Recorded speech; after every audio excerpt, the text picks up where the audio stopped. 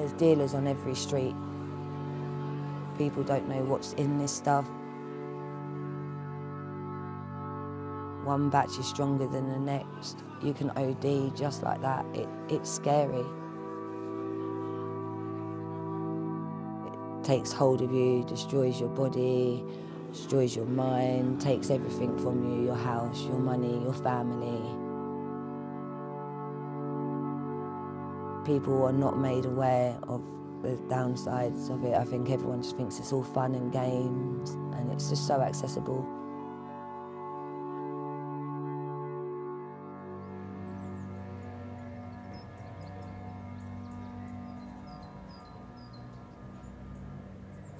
My name's Laurie. I was addicted to cocaine for 15 years. I've been clean now for 6 years. When I was younger, in like primary school and that, I used to, there was lots of different things. I wanted to be an air hostess or, a chef, a childminder, social worker. There's lots of things I wanted to be.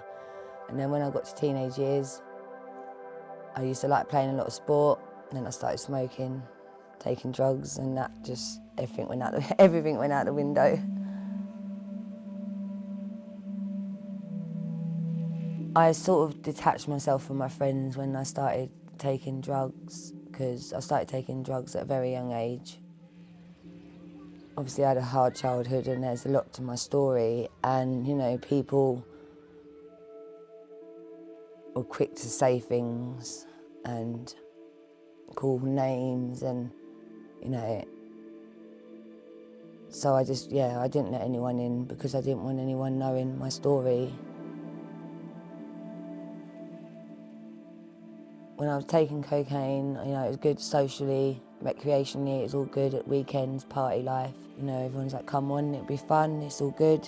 I think everyone just thinks it's all fun and games. People are not made aware of how it takes hold of you, destroys your body, destroys your mind, takes everything from you, your house, your money, your family.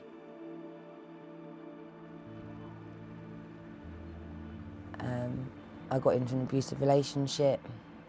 It was all okay in the beginning, and then he was getting abusive and I started using it as a crutch. I didn't like myself, I felt worthless. I couldn't look in the mirror without a line of cocaine. I'd be taking it before the school run in the morning. I'd be taking it all day, and that's when I became reliant on it. That's when it became a problem. It had been a problem all these years because obviously, taking cocaine, having children, depriving us of things that you didn't even know was obviously always a problem, but I carried it well. The kids were always dressed, fed at school. I always thought I was a fully functioning cocaine user, I could do it all, and I didn't see a problem until I see a problem.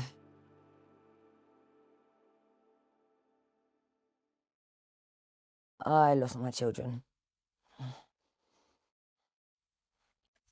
I lost my children for 4 days.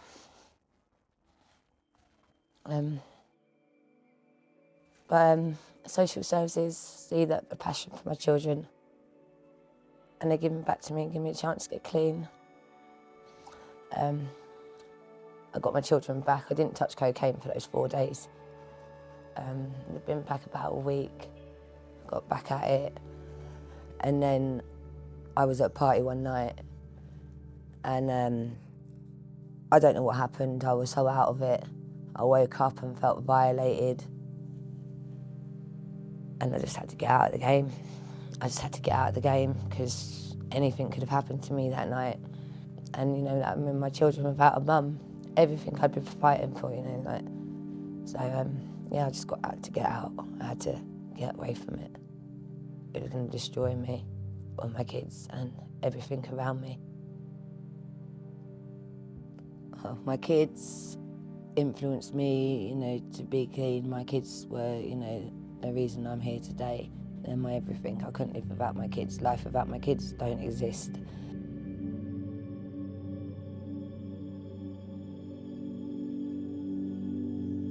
It took me a good near enough a year to get clean, but it was a proper full-on 6 months that I was trying to get out of it. I got referred to Arch in Uxbridge, which is a drug recovery place, and I got sent there from social services. I had a good key worker, which was good. I believe you need a good key worker.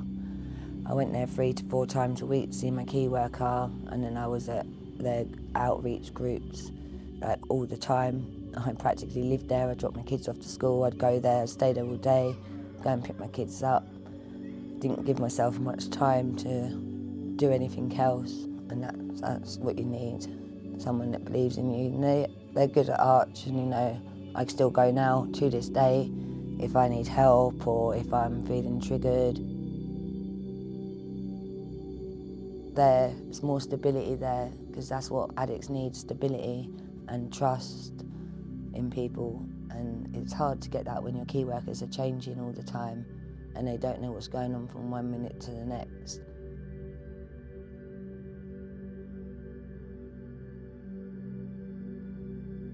It was really, really tough the first 3 years to stick at it, and the triggers, but they can come back and they can get you at any time.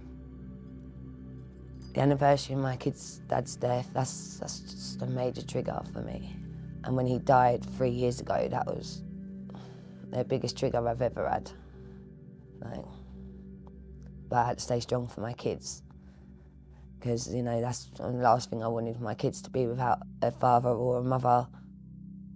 So when he died, that was my biggest fear. It came true.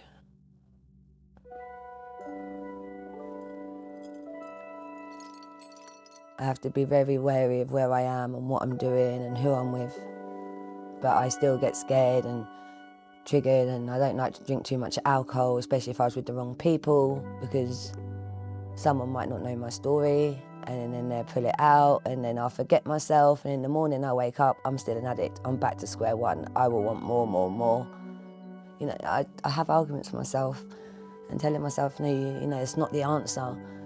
But, you couldn't pay me £1 million now to do a line of cocaine. Honestly, I would not touch it.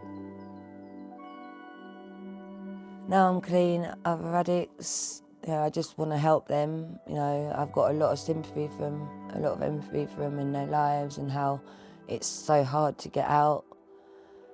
But I don't feel sorry for them. I wouldn't want anyone to feel sorry for me. I don't feel sorry for them. You might always be an addict.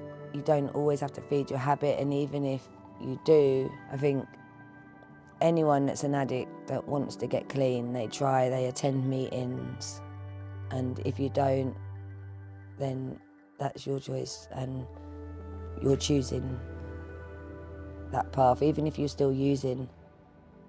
But if you're attending meetings, you're going to Arch, you're doing other things that are taking yourself away from that for a bit, rather than doing it all day, every day. Any clean patch is better than no clean patch.